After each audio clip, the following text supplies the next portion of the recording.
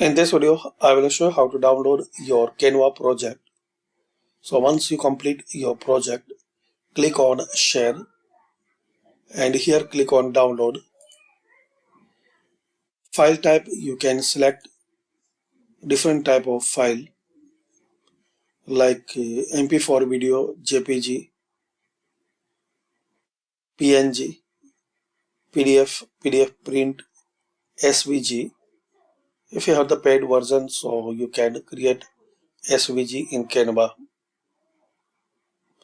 Also, you can create GIF, short clip, no sound, and click on download.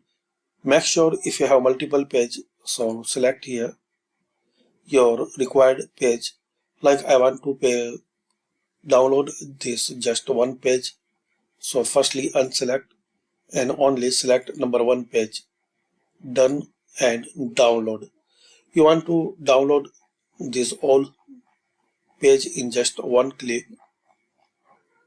So again select here and select all pages.